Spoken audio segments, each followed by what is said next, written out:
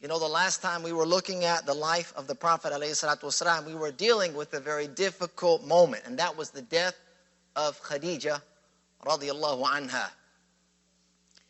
Many of you are familiar with the close relationship that those two had, our beloved Prophet ﷺ and his wife, may Allah be pleased with her. We are familiar with the relationship, the marriage, to the point that it's often set as the golden standard for marriages, something to strive for, the love that they shared.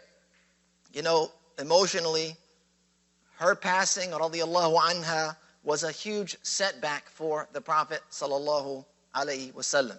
Khadija, she was a resolute supporter of the Prophet sallallahu alaihi wasallam. Not only was she a caring and loving wife, the mother of his children, but she was also a believing woman. She believed in the Prophet's mission. In fact, she was from the first to accept Islam.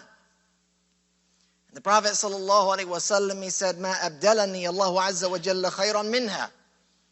قد آمنت بي إذ كفر بي الناس وصدقتني إذ كذبني الناس وواستني بمالها إذ حرمني الناس ورزقني الله عز وجل ولدها إذ حرمني أولاد النساء." In this hadith reported by Imam Ahmad, the Prophet ﷺ said that Allah had not given me anyone better than her, better than Khadija. And he had numerous wives, all of them the mothers of the believers. But Khadija was very special. He said she believed in me when the people denied me, the very beginning. The most vulnerable stage of the mission was at its beginning, its founding days and months and years. She validated me when others disbelieved. She supported me with her wealth when others refused me.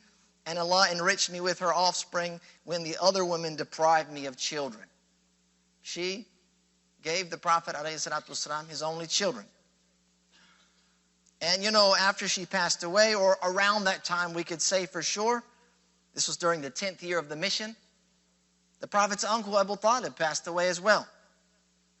The exact time, there's a debate as to when he passed away. Was it before or after Khadija radiallahu anha? You know, it's widely accepted that she passed away in Ramadan. And that should give you something to think about in the Ramadan to come. It's such a great time, such a spiritual time, but that was the time in which she passed. Some say that Abu Talib passed away 6 months after the general ban was lifted, which we discussed previously. And that was in the month of Rajab, which is like 2 months before Ramadan. And others say it was 35 days after her passing, which would have been the month of Shawwal. So regardless, the exact time, both of those deaths occurred within a very, very, very, very short period of time.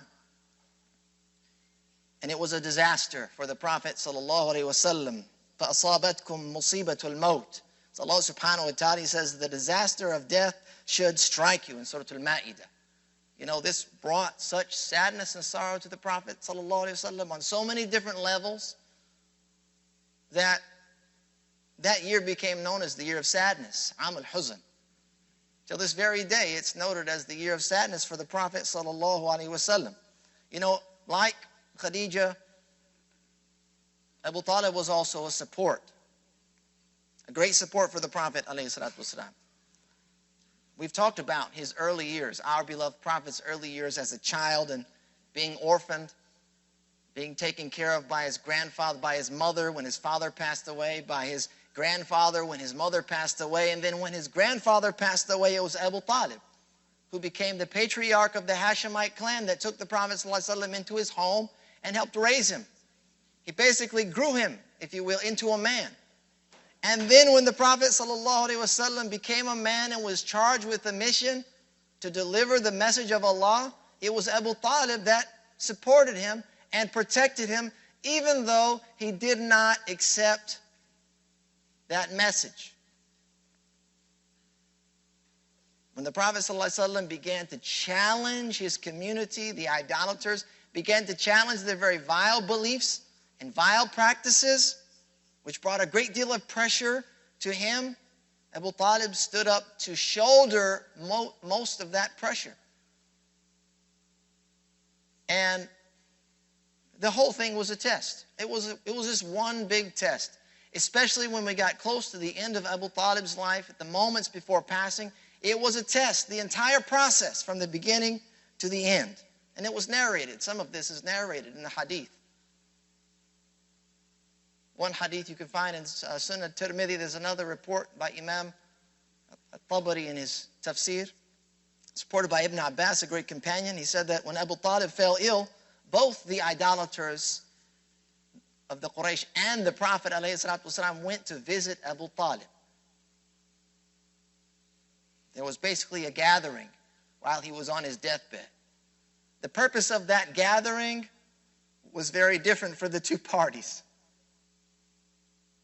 It was very different. What the Quraysh, the idolaters, wanted and what the Prophet ﷺ wanted for the ailing and sick Abu Talib was very different. You know, the idolaters, and this included Abu Jahl, Al-As ibn Wa'il, Aswad ibn al-Muttalib, and Al-Aswad ibn Abdi Yaghuf. These were from the leaders of their clans. And they were sitting with the mashayikh, the elders. And they decided that they needed to visit Abu Talib to discuss a very important matter before his passing in order to, do everything that they could while he was still alive so that after his passing, people would not blame them, basically, for going after the Prophet ﷺ. It was a tribal taboo, if you will, and they were trying to avoid any blame on their part, that if Abu Talib passed and then they went to, stop the Prophet ﷺ, Abu Talib, of course, was protecting him, that they had gone through the proper procedures and traditional steps before his passing. And so they went there to visit Abu Talib, and they began to counsel and to talk, and they addressed him very encouraging words, and they requested that while he was there on his deathbed, that he call the Prophet ﷺ and have him stop speaking ill of their gods. Look, tell your nephew to stop speaking ill of our gods, and we will stop speaking about him and his God. We'll leave him alone. Have him leave us alone, and we'll leave him alone. And so the Prophet ﷺ came. He came to see his uncle. And so his uncle addressed the Prophet ﷺ and made such a request of him. And the Prophet ﷺ basically said, look, I will give them something much better than what they're asking for. I'll give them something better than that. So now you got the ears of Abu Jahl and the likes. You're going to give us something better than what we want? Because what we want, all we want, is for you to just stop. You can keep doing your little worship and your religion, but just leave ours alone and leave our people alone. What better could you give us than that? And so Abu Talib said, what do you want from your people? And he said, I only want one word from them, with which, if they were to say it, then the Arab will become their followers, and the Ajam will pay the jizya. Meaning the non-Arab they will come and pay them a tax. Basically, they will become the leaders of the world. And so Abu Jahl, it says that in another narration, said he got up and he said, by your father, we'll give you what you ask for and 10 times that. Tell us what it is. He says, kalima wahida. I just want one word. Abu Talib, he said, kalima wahida, just one word. And he said to his uncle, Ya ammi qulu la ilaha illallah. Oh, my uncle, have them say la ilaha illallah. That's all he wanted. At this moment, think about the crisis, think about the trial, think about the difficulty. Your uncle, who's practically like your father, is right there asking you on his deathbed. Most of us in that situation would be ready to do whatever was requested of us. because of the sensitive nature of that moment. If you will just do this for me, I'm dying. My last dying wish is for you too, X, Y, and Z. How many of us could stand up and say, no? But I'm going to do the opposite. I'm going to double down now and I'm going to do this. And that's what the Prophet ﷺ was doing. He's saying, look, I'm not going to honor that request. I can't honor that request because that's not the right thing to do. That's not the good thing to do. And of course, when he said that, they became enraged. And Abu Jahl, he says, Ilahan wahida? You want us to make all of our gods to one God? They were enraged by this. The Prophet, so they said, look, if you just ask us another thing, just give us something else. Ask of us something else and we'll do it. Like let's come to a conclusion here. You know, now's the time to strike a deal. Let's think of something else. And the Prophet ﷺ, he says, لو جئتموني بالشمس حتى تضعوها في يدي ما سألتكم غيرها. It says, if you were to bring the sun, in order to hand it over to me, to put it in my hands, I would not request anything besides this kalima from you. I mean, you can't give me anything that the world has to offer to make me relinquish my mission. Basically, what he's saying is, you can make me the leader. You can give me possession of everything under the sun. You could offer me the world and all that it contains. I've got no other deal. The only deal is La ilaha illallah. And of course, they began to respond in astonishment and anger. And essentially, they said, we've not heard the like of this in the religion of the latter days, meaning the former religions, that there was one God. And they were referring to, by and large, Christianity. That's what they were most familiar with. He said, this is nothing but an invention. This is nothing but something new that you're making up. They were basically saying that you were trying to change a religion, make a new religion to gain power and authority over us, which they were going to offer if he would just budge and come their way. And at this moment, Allah subhanahu wa ta'ala began to reveal verses for the Prophet sallallahu alaihi wasallam to respond to them in Surah Sad, the first 7 verses. Allah subhanahu wa ta'ala in those verses talks about the Quran being a book of remembrance and reminder, and that the people that disbelieve are filled with pride and with arrogance and dissension. Allah subhanahu wa ta'ala reminds them at this point. He says, كَمْ أَهْلَكْنَا مِنْ قَبَلِهِمْ مِنْ قَرْنٍ فَنَادَوْا وَاللَّاتَ حِينَ مَنَاصٍ. He says, how many a generation have we destroyed before them?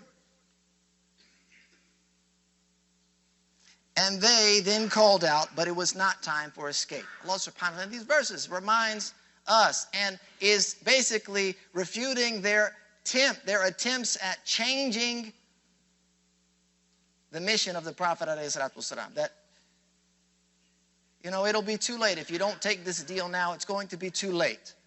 Look at the previous people that were sent a messenger. When they rejected them and they denied the truth of that message and they turned away from God, when was it that they felt it was too late? When was it too late for them? It was that very moment, the moment that Abu Talib was faced with. It was the moment of his own demise. That's when it's too late. You know, the Prophet ﷺ continued to visit. You should check that out, by the way. Surah Sad. That'd be like your assignment for today. Surah Sad, the first 7 verses. The first 7 verses, and you'll find out exactly what was revealed, and it'll give you some context to this moment, this conversation. The Prophet ﷺ sat there. He continued to visit with his uncle, and now it was his turn. Why did he visit his uncle? He went to encourage him to say La ilaha illallah.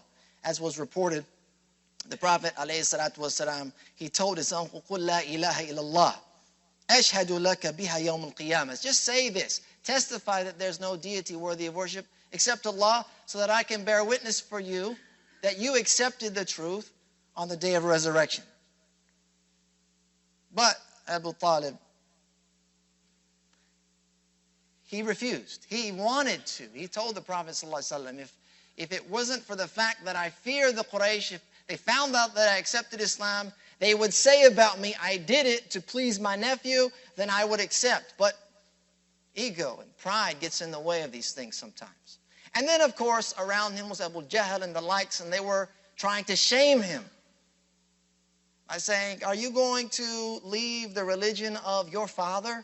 They were trying to shame him, pressure him with shame to keep him from accepting Islam. They knew what would happen. Abu Talib, a great leader, a person of influence, it would further the Prophet's cause, probably exponentially. And so Abu Talib passed away. And Allah subhanahu wa ta'ala revealed the verse, إِنَّكَ لَا تَهْدِي مَنْ أَحْبَبْتَ. You do not guide those who you love. وَلَكِنَّ اللَّهَ يَهْدِي مَنْ يَشَاءُ. It is Allah who guides whom He wills. وَهُوَ أَعْلَمُ بِالْمُهْتَدِينَ.